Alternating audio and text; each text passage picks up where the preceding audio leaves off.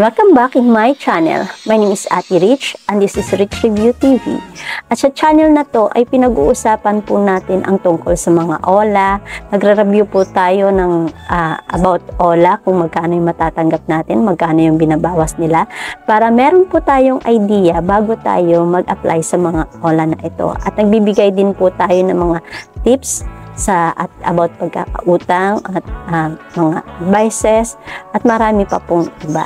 At sa video na to ay pag-uusapan po natin ang ilan sa mga hakbang para po tayo makaahon, makabangon at magiging stress-free sa ating mga utang. Kaya kung ikaw ay interesado at gusto mo nang makabangon, mawala yung problema mo sa pagkakautang na yan, just keep on watching.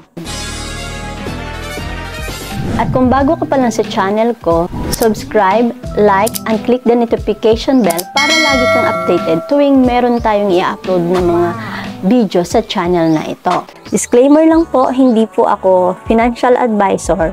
Ito mga sasabihin ko lang po sa inyo ay ilan lamang po sa mga hakbang na makakatulong sa inyo kung paano tayo maging stress-free at kung paano tayo makakaahon sa ating mga pagkautang step by step. So, ang una po, tanggapin natin ang sitwasyon. So, tanggapin natin sa sarili natin na meron tayong pagkakautang at meron tayong utang na dapat bayaran. Kasi yung iba, ayaw nilang tanggapin sa sarili nila na meron silang utang. Kaya binabaliwala nila at habang binabaliwala ay papalaki ng papalaki yung utang nila.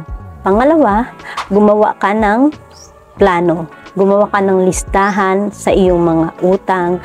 Gumawa ka ng listahan ng iyong kinikita at gumawa ka rin ng listahan ng iyong mga gastos. Nang sa gayon, makita mo kung alin doon yung mga gastusin mo na hindi naman gaanong importante na pwede mong isang tabi na lang o pwede mong bawasan para madagdagan yung kita mo at mabayaran pa unti-unti yung utang.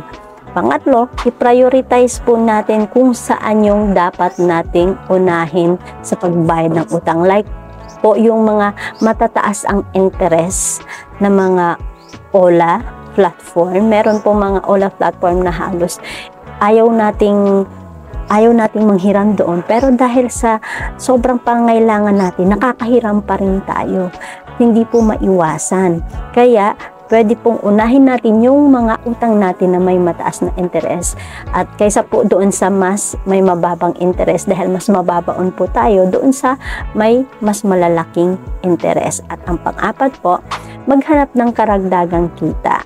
Kung ikaw ay nagtatrabaho sa umaga at hindi sapat yung kinikita mo para sa pangailangan nyo, gastos ng pamilya at para doon sa pagbabayad ng utang, pwede po tayo maging freelancer sa gabi. Like, meron po mga platform na nag-hire po sila online like transcriptionist, data encoder, translator, at marami pa pong iba. Tutor, yan. Marami pong platform na ganyan kung masipag lang po tayo maghanap ng mga platform na nagbibigay ng ganong trabaho. Or either po kung hindi naman po online, pwede naman po tayong mag-ihaw-ihaw, mag-barbecue, magluto ng merienda, at ito po ay ibebenta po natin. So, ilan lamang po yan sa mga karagdagang kita na pwede po natin gawin kung marunong ka namang magluto, o pwede po natin itong ibenta at pagkakitaan. Nasa gayon po, madagdagan yung income natin para sa ating mga gastusin at sa pagbabayad ng utang. Then, ang atin pong panglima ay makipag-ugnayan po tayo sa mga napag-utangan po natin.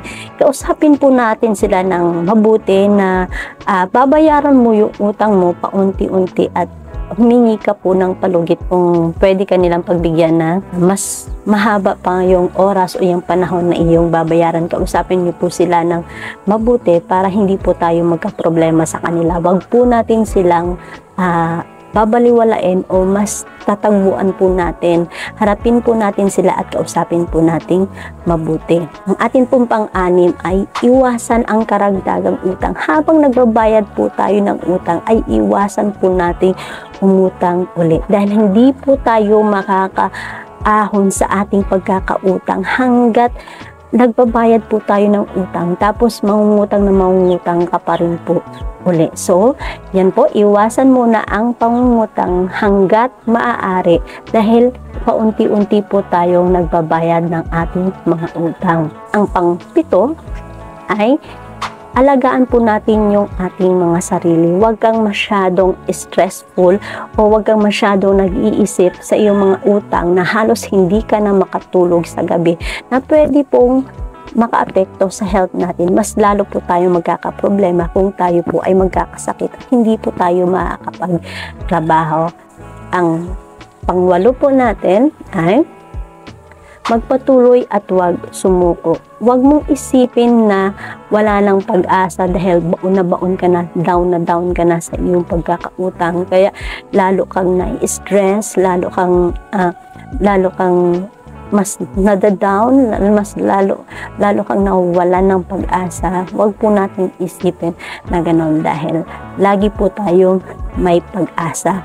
Araw-araw na nabubuhay po tayo at araw-araw na ginawa ng Diyos sa atin ay binibigyan po tayo ng pag-asa na mabuhay at maging maayos ang ating buhay. At kung hindi ka na po talaga makapag-isip ng maayos at gusto mo nang may makausap kayo na financial advisor o nagbibigay po ng counseling tungkol sa mga utang para po ma-share nila yung kanilang mga karanasan at kaalaman kung paano mo malulunasan ang problemang ito at hindi ka na masyadong makapag-isip, hindi ka na magiging stressful. Kaya nga po, ang sabi po sa ating Biblia sa Filipos 4:19, at ang aking Diyos ang magkakaloob sa iyo ng lahat ng pangangailangan ayon sa kayamanan sa kaluwalhatian kay Kristo Jesus.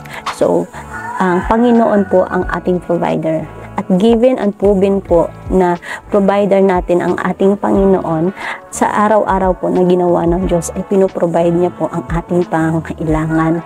At inaalaw ng Panginoon na bigyan tayo ng problema para po makaalala po tayo sa Kanya, dumepende tayo sa Kanya, tumawag tayo sa Kanya, at wala pong problema na hindi nalulutas dahil hindi nagbibigay ang Panginoon ng problema na hindi mo makakaya.